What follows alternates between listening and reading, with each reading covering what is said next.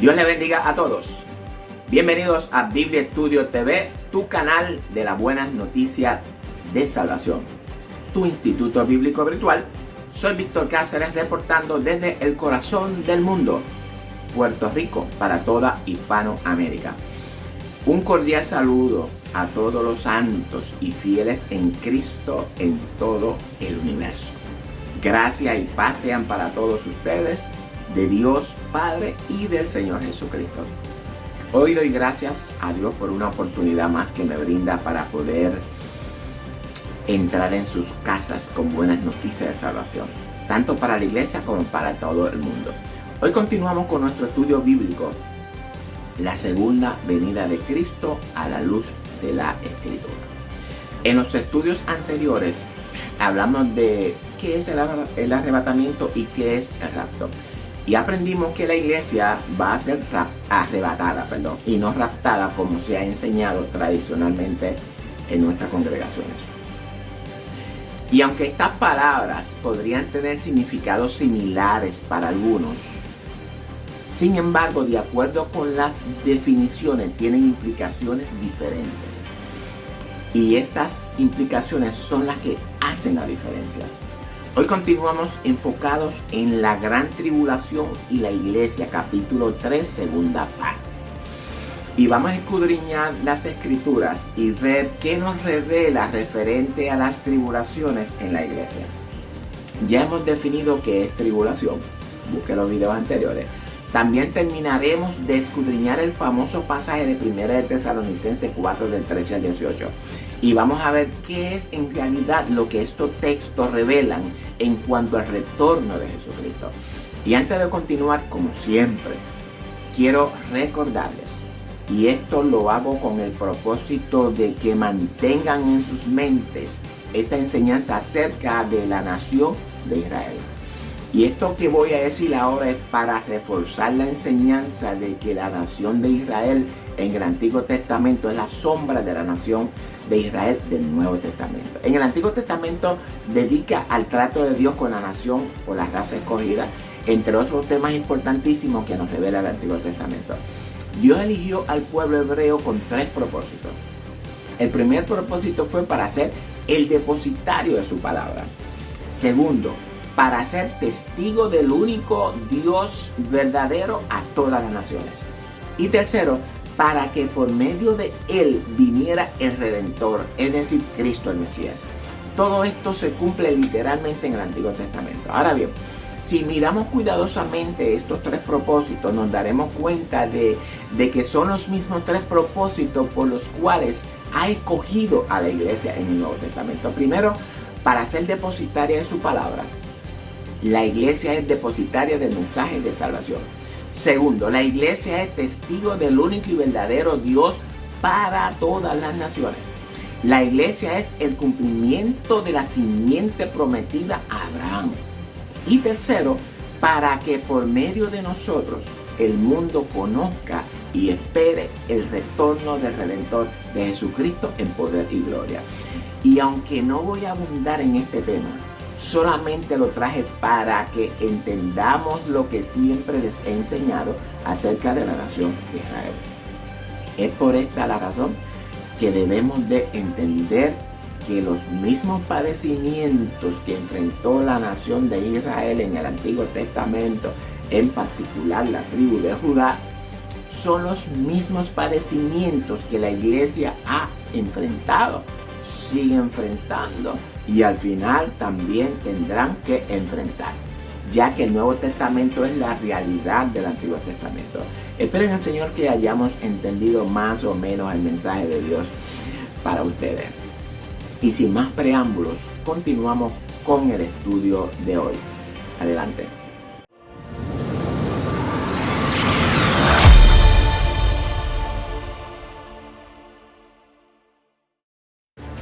Una revelación inquietante que nos muestra la Biblia es que nos habla de una gran tribulación.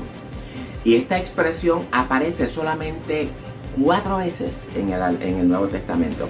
Aparece en Mateo 24:21 referente a la gran tribulación que padecería la iglesia primitiva y la actual, ya que esa profecía tiene un doble cumplimiento, amados. Primera de Tesalonicenses 1:6, referente a la congregación en Tesalónica que estaba bajo grande persecución. Apocalipsis 2:22, a los que adulteran con la iglesia de Tiatira. Es decir, los cristianos que se unen en ecumenismo con la iglesia apóstata, la fornicaria, la adúltera, la iglesia católica romana, la cual si no se arrepienten, también dice Dios que estarán bajo fuego. Y en Apocalipsis 7:14, referente a la multitud vestida de blanco, es decir, a los que han sido resucitados y arrebatados de en medio de la gran tribulación, los que salen de la gran tribulación. Ahora bien, estas cuatro expresiones, si las consideramos en un orden cronológico, podemos ver en Mateo la gran tribulación que la iglesia tuvo que padecer en el año 70, en la quema y destrucción de Jerusalén y el templo, y en Primera de Tesalonicenses podemos ver los padecimientos y angustias bajo gran tribulación a las iglesias perseguidas en el Imperio Romano. En Apocalipsis podemos ver los padecimientos de los cristianos que hacen ecumenismo con la iglesia fornicaria, con la adúltera, es decir, con la iglesia católica. Gran tribulación, pero como consecuencia de hacer alianzas ecuménicas. Y por último, en Apocalipsis también vemos entonces la última persecución, la última gran tribulación a los redimidos de toda la humanidad. Es decir, la iglesia, el segundo cumplimiento de Mateo 24. Pregunto entonces, ¿qué significa gran tribulación? Cuando Jesús utiliza este término, lo utiliza para diferenciar entre las tribulaciones que tenemos que experimentar en nuestro diario caminar. La diferencia con la tribulación que tenemos que experimentar al final de nuestro camino. Y este final de nuestro camino tenemos que mirarlo a la luz de la abominación desoladora que habla el profeta Daniel, la cual vamos a escudriñar más adelante. Pregunto, ¿quiénes pasan tribulaciones y grande tribulación? ¿El cristiano o el pecador? Bueno, la profecía de Jesús en Mateo 24 tiene dos cumplimientos como vimos anteriormente. El primero lo vimos en la quema y destrucción de Jerusalén y del templo. ¿Solamente la iglesia fue perseguida por Tito? ¿O también fueron perseguidos los judíos y todos los habitantes de Jerusalén y de Judá? Y esto que voy a explicar, yo sé que no lo van a comprender, a menos que usted sea una persona comprometida al estudio profundo de la Escritura. Si usted no lo es, entonces yo sé que va a poner el grito en el cielo diciendo que es una herejía. ¿En qué año fue quemada y destruida Jerusalén? Fue en el año 70 después de Cristo. ¿El año 70 pertenece al Antiguo o al Nuevo Testamento? Ciertamente pertenece al Nuevo Testamento. ¿Por qué el templo y la ciudad fueron quemados y destruidos en el Nuevo Testamento? Tranquilo, yo le voy a dar la respuesta. ¿Con qué tribu, con qué ciudad estaba el pacto vigente al momento de la revelación del Mesías? El pacto antiguo estaba vigente solamente con la tribu de Judá y con Jerusalén, la ciudad escogida por Dios para poner su nombre eternamente en ella, en Jerusalén donde estaba el templo. Un pacto que Dios mantuvo vigente no porque ellos eran fieles al pacto, sino porque Dios fue fiel al pacto. Porque el pacto hecho con Israel, entiéndase las 10 tribus del norte, fue roto y despreciado por irse detrás de otros dioses. Lea Osea, que ahí nos da una buena descripción del pueblo. Pregunto, ¿Judá y Jerusalén recibieron al Mesías prometido? ¿La tribu con la que Dios había mantenido su pacto? No, no lo recibieron. Juan dice que los suyos, es decir, el pueblo del pacto, no le recibieron. Ahora bien, solamente los que le recibieron, los que creyeron en su nombre, Dios les dio la potestad de ser hechos sus hijos. El antiguo pacto es renovado en los 12 apóstoles y entiéndase en el conglomerado de todos los creyentes, es decir, con los que después de su resurrección se convertirían en su iglesia. El número 12 es una simbología que representa a Dios y a su pueblo. Porque Lucas registra en su evangelio que Jesús designó a otros 70 en la misión de ir a predicar. Y el número 70 también es una simbología que representa plenitud. Y si sus líderes nunca le han enseñado, amados, que en el idioma hebreo los números tienen significados, entonces apréndalo desde hoy. Ahora bien, una vez que Jesucristo confirma el pacto con los 12, entonces, y esto es importante que la iglesia lo sepa, entonces los judíos que no creyeron en el Mesías, es decir, el resto de la población de la ciudad de Jerusalén junto con el templo y toda Judá, pasa ahora a ser una fornicaria adúltera, una apóstata que entregó al Mesías a la muerte en manos del Imperio Romano. Dice Jeremías capítulo 3 que Israel fornicaba debajo de todo árbol frondoso. Y su hermana Judá vio como Dios por causa de la fornicación la despidió. Y Judá, aún viendo esto, no tuvo temor, también fue y fornicó. Esa es la iglesia fornicaria de hoy. ¿Por qué se convirtieron en gentiles? Por la sencilla razón de que al negar a su Mesías y no confirmar el pacto, quedaron fuera del pacto. Y como consecuencia de su rebeldía, pasaron a ser ahora gentiles. Y un gentil es todo aquel que no tiene una relación de pacto con Dios. Y ahora, todo gentil que quiera entrar en una relación de pacto con Dios, incluyendo también a todos los israelitas y judíos, por la carne, no por el espíritu, lo tiene que hacer por medio del nuevo pacto realizado entre el Mesías y la iglesia, por medio del evangelio de salvación predicado por la iglesia. Esa es la única vía de pertenecer al reino. Y la iglesia, como dije anteriormente, es el cumplimiento de la simiente prometida a Abraham para que sea de bendición a todas las naciones y familias de la tierra por medio del evangelio de Jesucristo. Pero esto no los enseñan nuestros líderes en sus congregaciones, ni los maestros. ¿Usted sabe por qué? Porque ninguno está comprometido con el texto. Han creído que con estudiar por encimita un par de epístolas, repetir un par de salmos y escuchar enseñanzas que no saben si son ciertas o falsas, y con esto, ¿verdad?, dicen que son maestros y líderes. Y me perdonan los hermanos maestros. Mi propósito no es ofenderlos, amados.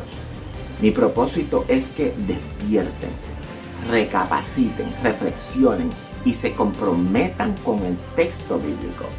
El problema que tuvo Jesús con los líderes religiosos fue precisamente este: que los líderes sabían mucho de la ley, sin embargo no la habían interpretado correctamente para aplicarlas en sus propias vidas y transmitir esa aplicación al pueblo. Y hoy, igual que en el tiempo de Jesús, estamos teniendo el mismo problema con nuestros líderes. Bueno, pues la gran mayoría, para no quedar todo. Porque las congregaciones no escudriñan la escritura y toman por bueno y válido lo que los maestros y los líderes enseñan.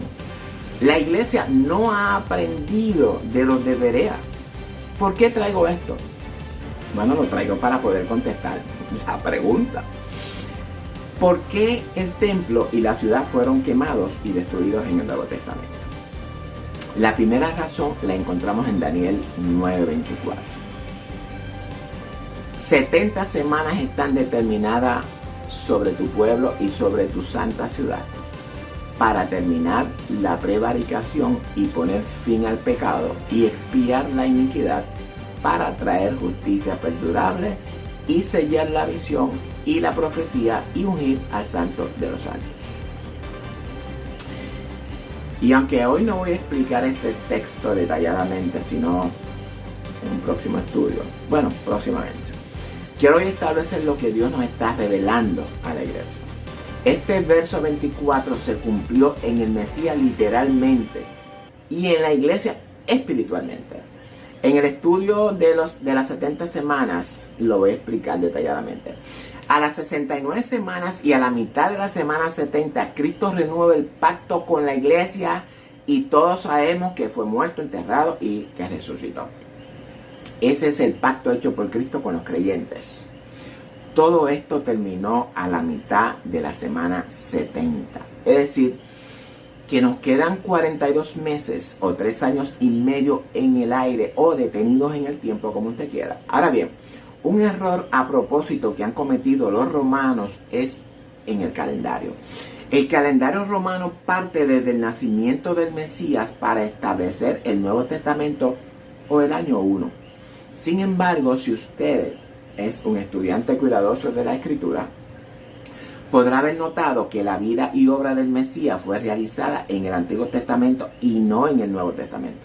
Por tanto, cuando Jesús les dice a los discípulos acerca de la destrucción del templo y les revela que no pasará esta generación, refiriéndose a la generación de ellos como iglesia, sin que todo esto acontezca. La quema y destrucción del templo y de Jerusalén, de acuerdo con el calendario romano, fue en el año 70 después de Cristo. Pero eso no es cierto, porque Cristo murió en el Antiguo Testamento. Por tanto, la resurrección de Cristo es la que da el inicio del Nuevo Testamento, el inicio del nuevo pacto. El antiguo pacto fue cumplido con la muerte del Mesías. Es decir, que esa generación a la que Cristo se refiere es una generación de 40 años y no una de 70 años. Elemental, mi querido Watson. Ahora bien, ya vimos que el tiempo se detuvo a la mitad de la semana 70.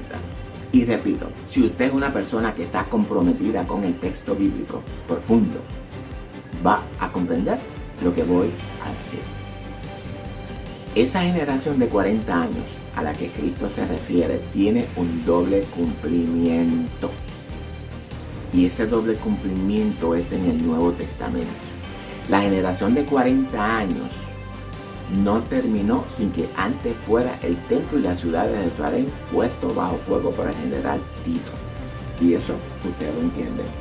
Y espero que lo que sigue también lo entienda.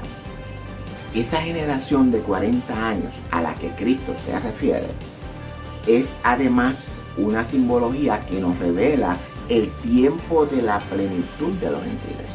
El tiempo de la plenitud de los gentiles se inicia con la resurrección del Mesías hasta su segunda venida. Ese tiempo, y aclaro si usted lo quiere creer o no, es el tiempo que el profeta Oseas nos revela en su capítulo 6, verso 2, donde nos dice, y voy a tomar desde el verso 1 para el contexto. Venid, volvamos a Jehová, porque Él arrebató y nos curará, hirió y nos vendará. Nos dará vida después de 2 días y en el tercer día nos resucitará y viviremos delante de Él. Es lo que la Escritura nos revela, amados. Y si eso le parece poco, busquen toda la Escritura, las referencias que usan los escritores sobre 2 días y diciéndolas. Ahora bien, como dije anteriormente, esa destrucción del templo y de Jerusalén tuvieron un cumplimiento literal en esa generación, en el primer cumplimiento de la profecía. Ahora bien, el segundo cumplimiento será en el sentido espiritual, en el cumplimiento. Primero había una batalla de hombre, de cuerpo, de espada, de sangre, de templo. Pero en la segunda, la batalla ha de ser espiritual. Y esto no quiere decir que muchos no vayan a morir en ella. El templo somos nosotros, la iglesia, amados. Ya el templo físico no es necesario. Jerusalén representa a los infieles, fornicarios, adúlteros y a los apóstatas. El fuego representa a la gran tribulación. Y el general Tito representa a la bestia. El reino de Satanás contra el reino de Cristo. ¿Recuerdan reino contra reino? Los profetas de Baal contra el profeta Elías. El que tiene oído para oír, oiga lo que el Espíritu dice a la iglesia. Y para culminar con el tema de Daniel 9:24. Cristo murió para terminar la prevaricación y poner fin al pecado, expiar la iniquidad y traer justicia perdurable. Esto ya fue realizado por el Mesías en la cruz. La iglesia espiritualmente ya ha sido expiada de sus pecados, de sus iniquidades, y Cristo no ha imputado su justicia perdurable. Repito, espiritualmente. Es decir, que ya no tenemos que experimentar esta expiación de nuestros pecados e iniquidades físicamente. Y ahora vemos un bizcocho volteado. La iglesia ha sido redimida y expiada espiritualmente. Por tanto, ya no tenemos que ser redimidos o expiados literalmente como va a tener la humanidad que enfrentar. Solamente nos falta la redención de nuestro cuerpo mortal y que se ha transformado en un cuerpo inmortal. Es lo único que nos falta. La redención y la expiación del pecado y las iniquidades, y esto es bien importante, solamente se pueden realizar por medio de dos formas. La primera es por medio del sacrificio de Jesucristo y su sangre vertida. Y la segunda es por medio del fuego consumidor de Dios, las llamas eternas de Dios. La iglesia del Señor ha sido expiada por medio del sacrificio de Jesucristo y su sangre vertida. Pero el mundo, por su desobediencia al mensaje del Evangelio, va a tener que ser expiado sus pecados y sus iniquidades por medio del fuego consumidor. Ese infierno del que Cristo habló como castigo, y de ese lago que hierve con azufre y fuego que Juan habla como castigo también, jóvenes, es precisamente lo que los seres humanos experimentarán para que sus pecados e iniquidades sean expiados y Cristo pueda entonces extender su mano de gracia, misericordia y amor hacia ellos y puedan ser perdonados e imputada la justicia perdurable en ellos. Esto, mis amados hermanos, líderes, maestros y pastores, es lo que Dios nos revela a través de todas las profecías de restauración y de perdón para el pueblo de Israel. El término Israel representa al conglomerado de las naciones, tribus y lenguas del mundo. Y si usted está comprometido con el texto, antes de criticar y llamarme hereje, le voy a recomendar que se meta de cabeza a escudriñar a Daniel, a Ezequiel, a Zacarías, a Isaías, a Jeremías, a Oseas y los profetas menores. La palabra de Dios da testimonio de todo esto que estoy enseñando hoy. Sea un imitador de la iglesia de Berea, amados, que mientras Pablo y Silas enseñaban, ellos tenían a los profetas en la otra mano verificando todo. Y les recuerdo que el evangelio está edificado sobre el fundamento de los apóstoles y los profetas, siendo la piedra principal del ángulo Jesucristo mismo. Y la segunda razón por la cual el templo y Jerusalén fueron puestos bajo fuego en el Nuevo Testamento es porque esa es la gran tribulación de la cual habla Jesús en su profecía que se va a repetir en el final de los días. Créalo usted o no, el tiempo que viviremos irá revelando la profecía. Y sobre los restantes 42 meses, es precisamente durante este periodo de tiempo que la bestia que sube del agua, es decir, el espíritu anticristo, al que se le dio boca que hablaba grandes cosas y blasfemias. Y escuche esto, amado. Se le dio autoridad para actuar 42 meses, para levantarse en blasfemia contra Dios. Blasfemar su tabernáculo, en otras palabras, blasfemar la presencia de Dios y los ángeles. Y Apocalipsis dice más. Dice que se le permitió hacer guerra contra los santos. ¿Quiénes son los santos? ¿Acaso no somos nosotros los santos? Se le permitió hacer guerra contra los santos y vencerlos. Y no solamente se le dio autoridad sobre nosotros, sino también sobre toda tribu, lengua y nación. En otras palabras, al igual que la iglesia, todos los que no estén de acuerdo con las leyes impuestas por el sistema anticristo, leyes inmorales, leyes paganas que atentan contra el carácter y la ley suprema y soberana del Creador, con imposiciones, sometimientos y tratando de que la obediencia sea para la bestia, serán perseguidos, atribulados y puestos bajo angustia, con hambres, pestes y sin poder adquirir las necesidades básicas para poder sobrevivir. Y el sistema de la bestia tratará de que sean eliminados de la faz de la tierra por causa del nombre de Jesús. Esa es la gran tribulación a la que Jesús se refiere.